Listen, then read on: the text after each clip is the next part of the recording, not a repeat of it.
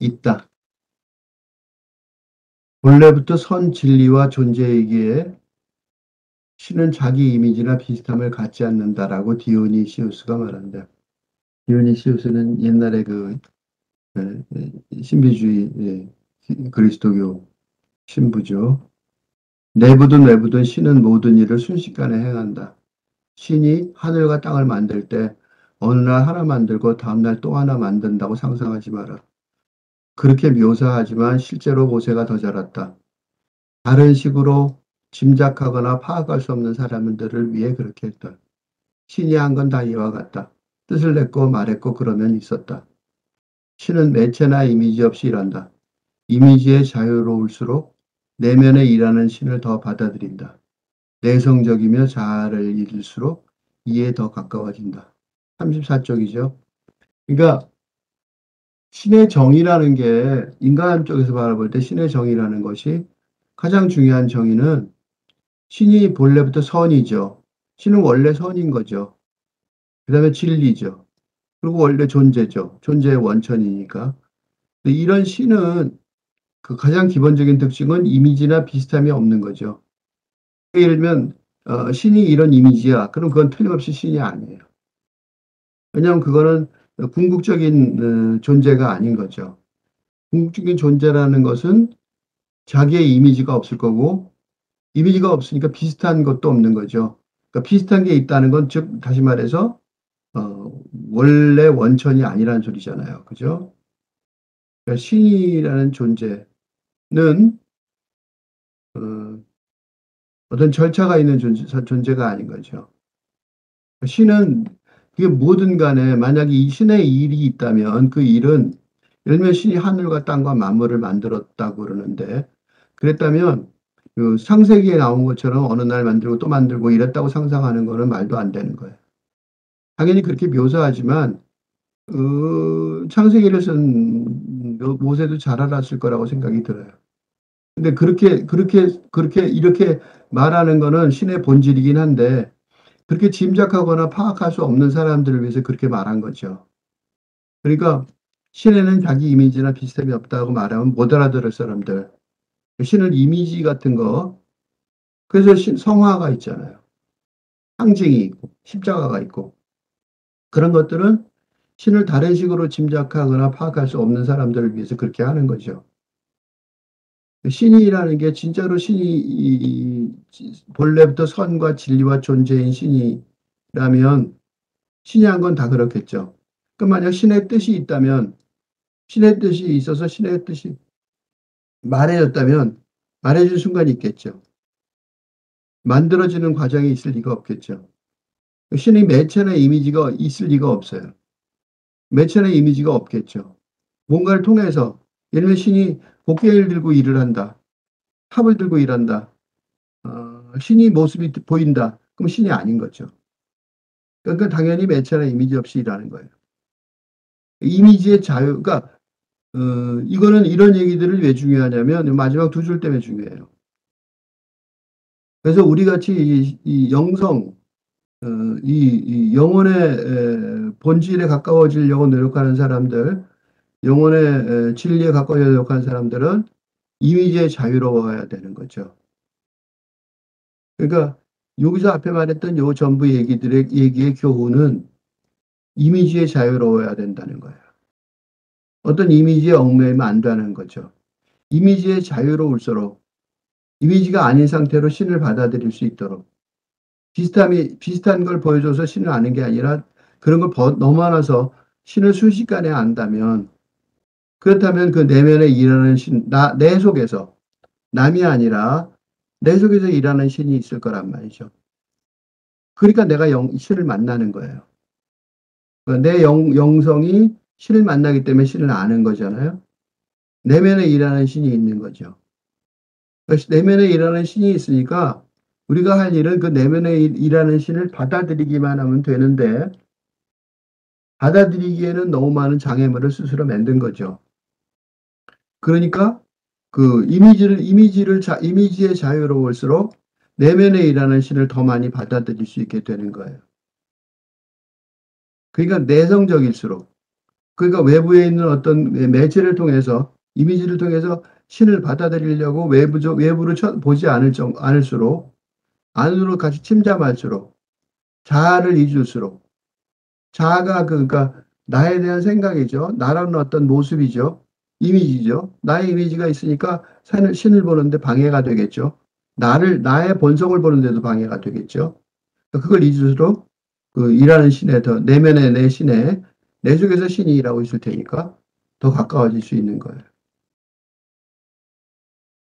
그러니까 신은 지금도 엄연히 살아계시는 거예요. 어디에 살아있냐? 내 속에 살아있는 거죠. 그래서 창세기 1장 3절에 신이 가라사대 빛이 있으라 하심에 빛이 있었고, 이 말이 있을 수가 있는 거죠. 빛이 있으라고 생각하면 빛이 있는 거예요. 그렇지 않다면 신이 아닌 거죠. 매체나 이미지 없이 일하시는 모습에 대한 묘사가 창세기 1장 3절에 있는 말이에요.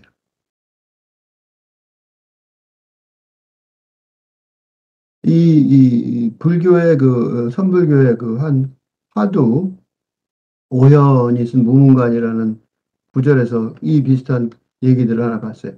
구지화상 이야기예요. 구지화상은 누구나 누구의 질문을 받든지 오로지 손가락 하나만을 세워 보인 거예요. 그러니까 구지화상은 큰 스님인 거죠. 그러니까 구지화상이 손가락 하나를 딱 보여주는 거죠. 손가락 하나를 딱 보여주면 상대방은 당황하잖아요. 손가락 하나라는 이미지가 딱 눈앞에 있으니까 진리가 무엇입니까? 하고 불교의 진리가 무엇입니까? 즉 다시 말해서 나는 어떻게 부처가 될 수 있습니까? 즉 다시 말해서 나는 어떻게 신이 될 수 있습니까? 라고 질문하면 구지화상이 손가락을 딱 보여주는 거예요. 그 상대방들이 그 손가락을 어떻게 생각해야 될지 몰라서 당황하는 거죠. 그러니까 공부를 제대로 한 사람들, 즉 다시 말해서 자기도 부처가 된 사람들은 그 손가락 하나를 내세우는 순간 그거를 알아들은 대답을 할 수 있겠죠. 구지화상이 그러니까 그 질문에 대한 언제나 대답은 손가락 하나였던 거예요. 근데 이제 어느 지나가는 객승이 지나가는 그,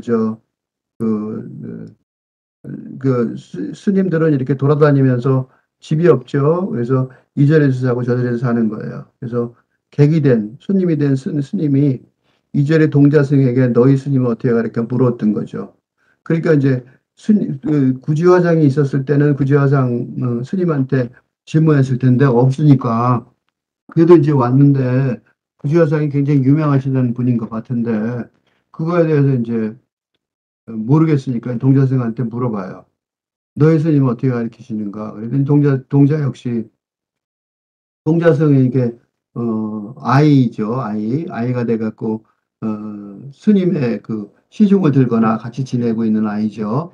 그래서 스님이 옆에서 계속 그 스님이 하시는 걸 봤을 테니까, 그걸 알았어요. 그래서 동자 역시 구지화상처럼 손가락 하나를 세워 보였던 거예요. 그 얘기를 들은, 구지화상이, 여긴 줄였는데,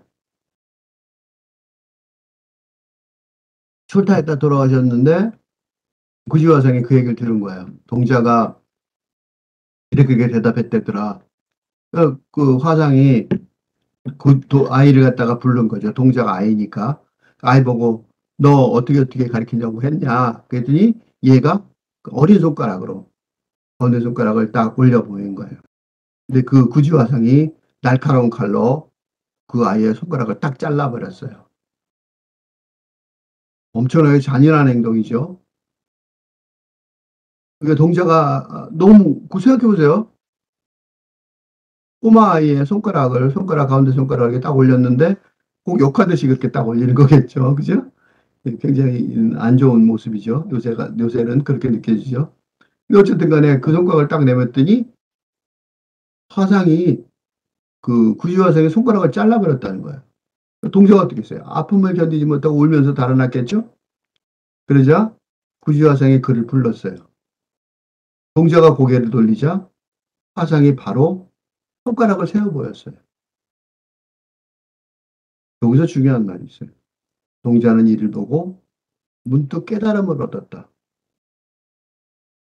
이게 화두예요. 뭘 깨달은 거죠? 뭘 깨달은 거죠? 꼬마아이가 뭘 깨달은 거예요? 그 고지화성, 이 결론 부분은 이제 이 요약이에요. 고지화성은 세상을 떠나면서 대중들에게 이렇게 말했어요.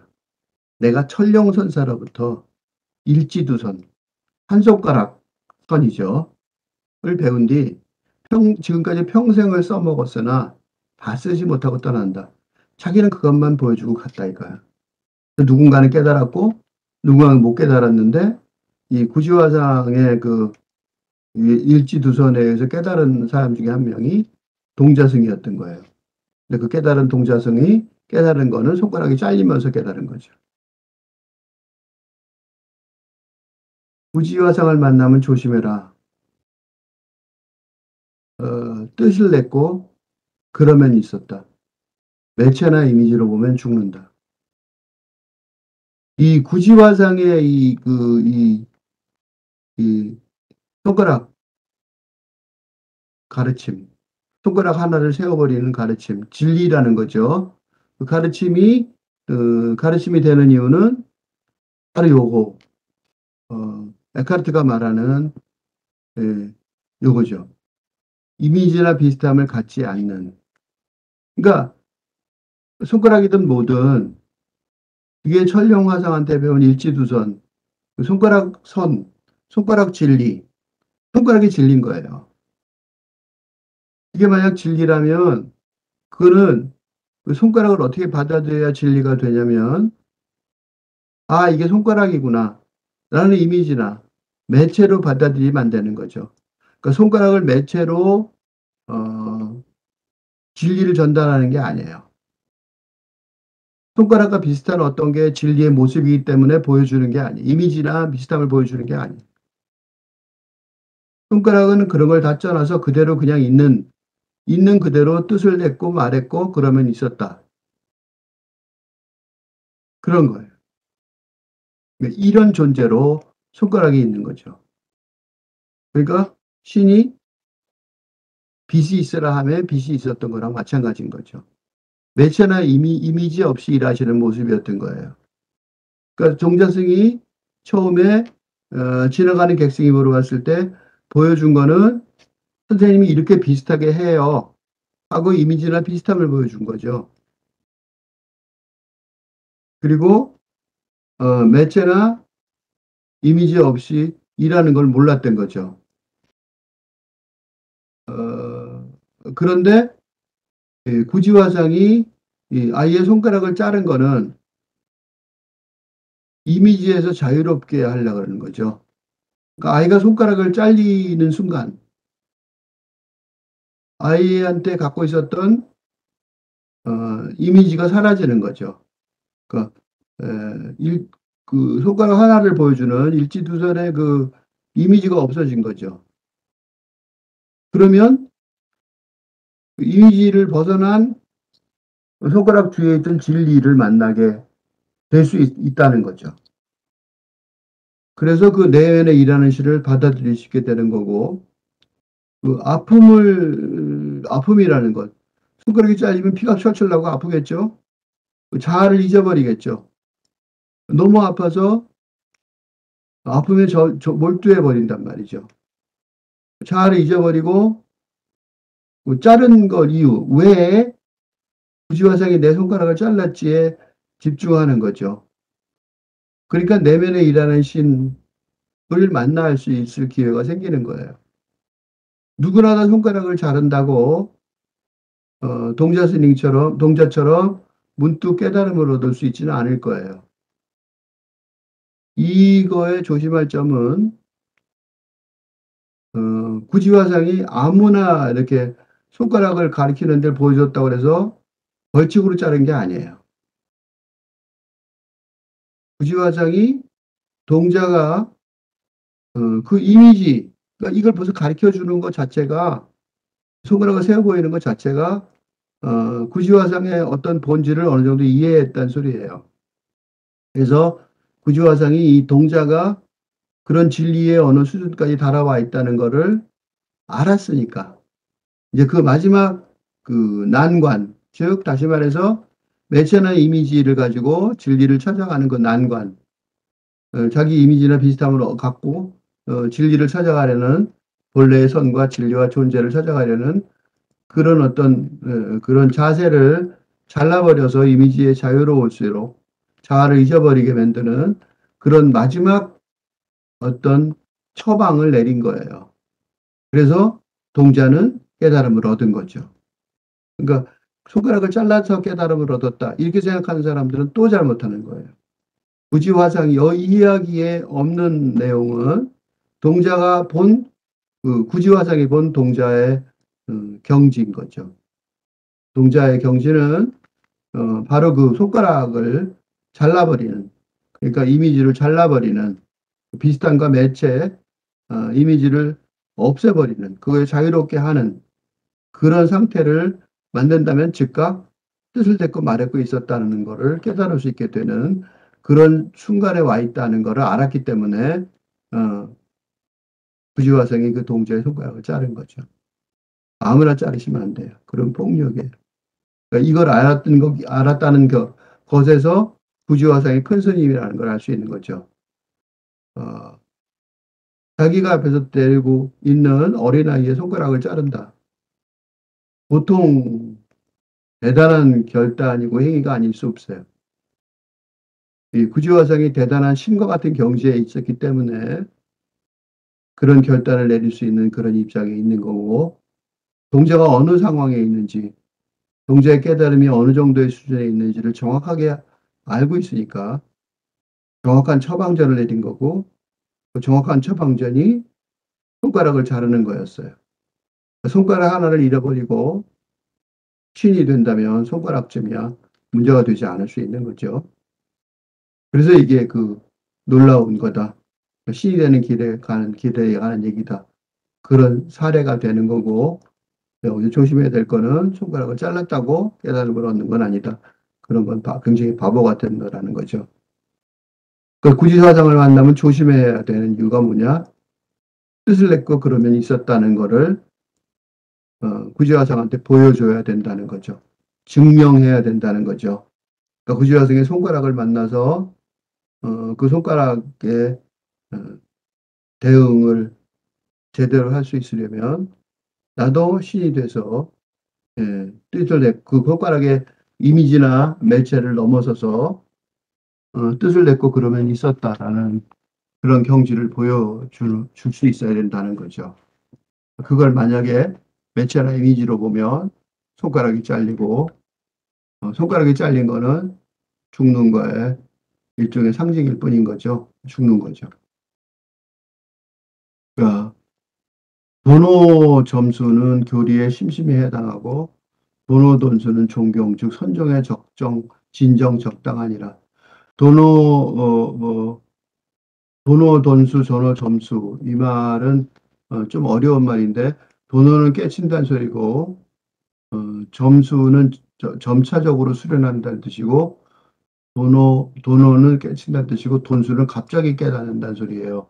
근데 선종 우리가 지금 그 불교의 그 참선 그 선종이라고 그러죠. 우리 그저 어, 한국의 조계종은 선종이에요. 그래서 도노돈수를 주장을 하죠. 근데 이 도노돈수라는 거는 바로 깨닫는다 이거죠. 지금 이 손가락을 잘리는 게 바로 그런 거잖아요. 손가락을 잘리는 순간 깨달았다 이거죠. 그래서 깨달음은 어떤 단계가 없이 바로 깨닫는다. 그런 얘기를 하고 있는 거예요. 그런데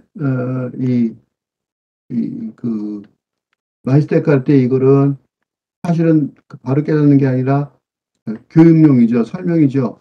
그래서 이게 어떻게 그 둘이 그 모순이에요. 이게 도노 점수인 거죠. 천천히 공부하듯이 교리를 설명하고 있잖아요. 어, 그럼 이거랑 어떻게 두 개가 연결하느냐라는 질문이 남아 있어요. 근데 그거에 대해서 이제 내가 이 두 개를 연결하는 길을 설명을 한 거예요. 도노 점수나 도노 점수랑 마찬가지라는 거죠. 예를 들면 뜻과 매체, 이미지로 교육을 하죠. 그게 도노 점수죠. 그러니까 깨달기 위해서 점진적으로 매체와 이미지를 사용해서 교육을 해요. 그러니까 위에 마이스 데카르트의 이 글도 사실은 언어라는 매체와 이미지, 글자라는 이미지들을 사용해서 가리키고 있잖아요. 근데 그렇게 교육을 하고 있어요. 그렇지만 뜻으로는 뭐냐면 있다라고 말하는 거죠. 그러니까 그거를 진짜로 깨닫는 어떤 그 안에 있는 진리, 그러니까 도노의 진리지, 깨침의 진리는 그런 매체나 이미지를 넘어서서 있다. 뜻을 냈고 그러면 있다라고 말하는 그거란 말이죠. 그러니까 둘 다 뭐냐면 행동자의 길인 거죠. 그러니까 어, 마이스터 카르트는 찬찬히 설명하는 교육용이고 도노 점수처럼 보이고 그다음에 구지화생의 이야기는 도노 점수, 도노 돈수 바로 깨닫는 그런 어떤 방식으로 보여서 하나는 선정이고 하나는 교종인 거, 교리, 교종 가리키는 교육용으로 교육하는 그런 어, 종파인 것처럼 보이지만 사실은 두 개가 서로 행동자의 길이라는 점에서는 만나고 있다는 거. 바로 그런 것 때문에 마이스터 카르트의 이런 교육용인 이런 도너 점수의 길인 것처럼 보이는 것하고 그다음에 선불교의 이 도너 돈수인 것 같은 바로 깨닫는 것 같은 이 길이 두 개가 서로 만날 수 있다. 이렇게 얘기할 수 있어요.